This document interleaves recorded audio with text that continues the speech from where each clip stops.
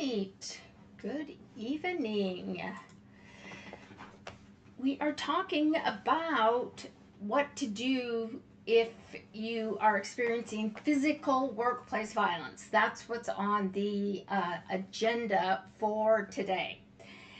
And so Tuesday we talked about forms of physical violence, and tonight we're going to talk about specific steps you can take if you are experiencing it or have or might in the future. And one of the things I think it's really important, and I said this again on Tuesday, is that you have to expect that it will happen when you're in a workplace bullying situation in some form, okay? In some form.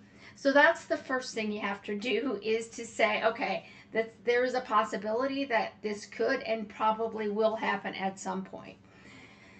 And then the second step is you, again, of course, whenever physical violence or any workplace violence happens, you're going to want to document that, okay?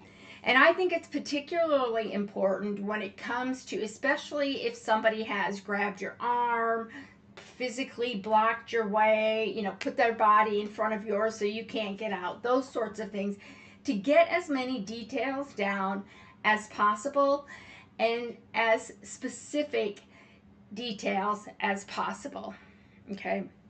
And the other thing I think is, again, critical in these situations is that you have thought about the possibilities ahead of time and that you have a plan of action to get out of those situations quickly.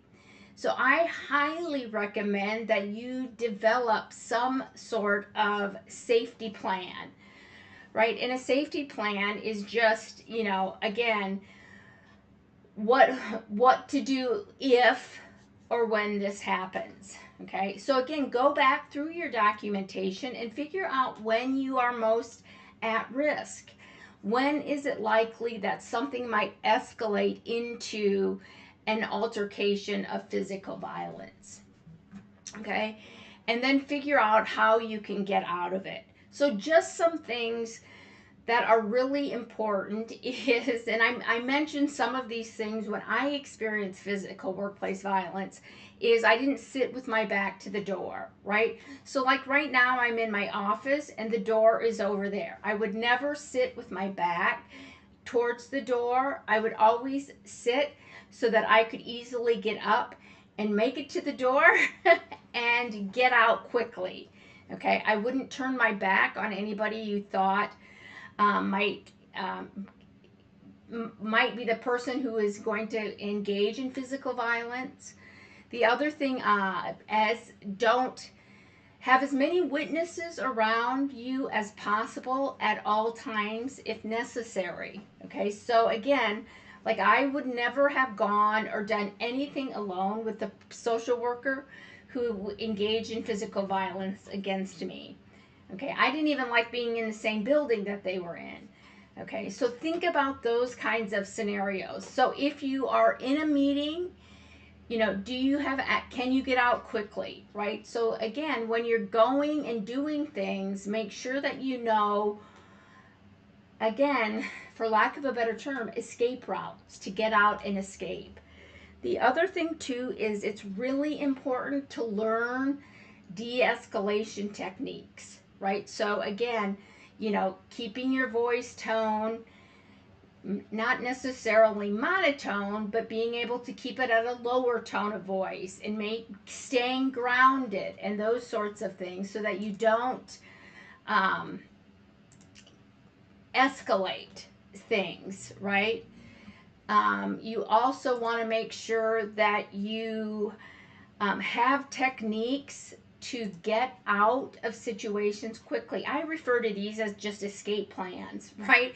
And these are essentially just ways that you can get out of a situation quickly without anybody like raising any eyebrows, right? So it just seems like it's something normal in your normal workday, but nobody knows that you're using it as an excuse to get out of this situation of bullying. Okay, so for example, if somebody if somebody does block you into your office, right? If somebody comes in, okay, and like if somebody came into my office and they were standing in the door over there, right?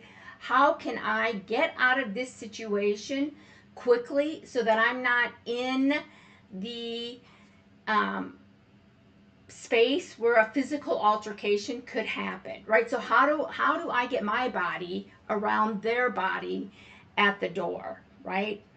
So one thing that I used to do is when I would hear people coming down the hallway, and I say people, I mean the bully. What I would do is sometimes, especially if I sensed that they were going to come in and bully me, what I would do is I would grab my briefcase and my purse and my phone, and I would say, "Hey, so and so, I see that you were coming down to talk to me, but you know what? I have a meeting, and actually, I'm a couple minutes late. I'm going to go to that meeting. I'm going to come back, and I'll meet you in your office when I'm done." Okay? And so sometimes I would just literally go grab a cup of coffee and go do something else outside of my building, and so that it looked like I was doing normal everyday things, but it was a way for me to get out of that situation without raising any eyebrows. Okay. So there's a lot of things like that you can do. Sometimes if I heard somebody coming down, I pick the phone up. I've had a lot of one-way conversations with myself when a bully has been coming down the hallway and stepped into my office, and I would just start talking up to myself on the phone as if I was talking to someone else, so that they would know that first off I had an quote unquote another witness here on the phone and that I was busy. Okay. The other thing you can do is if you're in the hallway and somebody is blocking you or is getting, invading your personal space, if you see somebody walk by, you can say, "Oh, hey, uh, Sarah, I need to talk to you," and then say, "Excuse me, I really have to talk to Sarah," and then boom, get out. Okay? So there's a lot of ways. Again, make it conducive to your workplace, what seems like quote unquote normal business. I think I've told you this before. I'm diabetic. So one thing I use, first off, I would just say, my blood sugar is dropping. I've got to get to my office to get some, I've got to get some lifesavers or some glucose sugar tablets because my blood sugar is dropping. And, it's hard to argue with some of those kinds of things. So have those escape routes and those ways to get out of difficult situations. Okay. And the most important thing when it comes to thinking about physical workplace violence in advance, your safety is the most important. Remember, you're the most important person in the workplace, and you matter, and you're important, and your safety, your emotional safety, and your physical safety is really, really important. Okay, so make sure that you're documenting. You're making sure that you're not in places where they can, box you in or those kinds of things. Make sure you have witnesses around if at all possible. And again, when I say witnesses, I mean trustworthy people who will back you up, not people who will back up the bully. Okay? And I know sometimes in a bully culture that's just not at all possible. Okay? But again, when there's more people around, the better it is, I think, for your safety. Okay, that's not always the case. Okay. The other thing I think too is if you think things like this, if you think they're coming into your office and messing with um, your professional items or your personal things that you have on your desk, take pictures of those, right? And if you have to do that every night, you have to do that every night. Okay, because that's a way that you can document that, hey, this is the way I left my office, and look here, it's time stamped. And then I came in here at such and such, again, take another picture, it's time stamped, so that you can then, show that you had, a picture of your family over here, and now that picture is gone. Okay. We have a lot of access to technology that we need to use to document and make sure that you're safe and that you're able to document what's happening using technology. like screenshots and all of those kinds of things, I think are really important to use if you can. Okay. The other thing I think. Okay, so now let's switch gears for just a little bit. Okay, so you have to take steps ahead of time to protect yourself, but what do you do if it happens, right? What do you do if physical violence, physical workplace violence happens to you? Okay, well, the first thing, again, it depends right on what it is, right? So if somebody is taking things from your mailbox, okay, and those are confidential files or something that's confidential or something that you really need to do your job, and those things, right, are missing, that's different than if somebody grabs you by the arm and leaves a mark, or if somebody, gets right into your face, right up next to you, or even like what I had is somebody charging around the table. Okay, it depends on the level of violence it is. But here are some things that you could and probably should do. You definitely, in cases where there's physical violence, I recommend going up the chain of command, even if nothing happens, right? Just having and documenting everything that's done, every step of the way. Who said what did you do, when did you move it to the next level, when did you move it to the next level. So you definitely want to report in-house, okay? But the other thing, that's not the only mechanism for reporting, okay?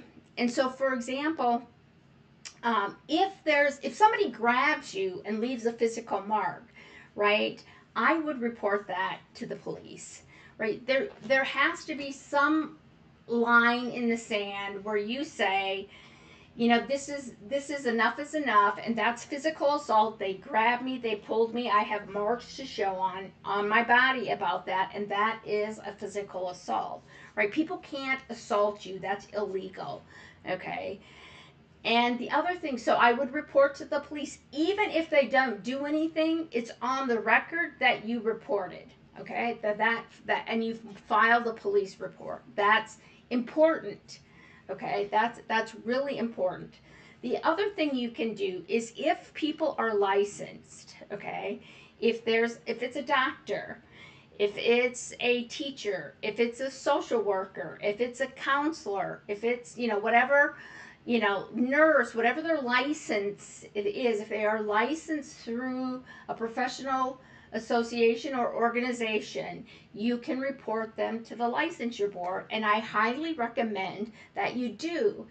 Right? I didn't do that. In retrospect, I wish I would have done two things: filed a police report and reported this person to the licensing board, right?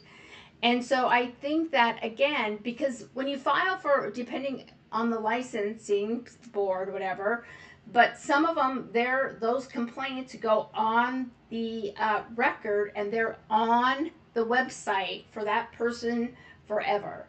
Okay, and so I think when your organization isn't going to do anything, and oftentimes when it comes to physical workplace violence, they do nothing, then you have to then take it outside, okay? And I think that's really important.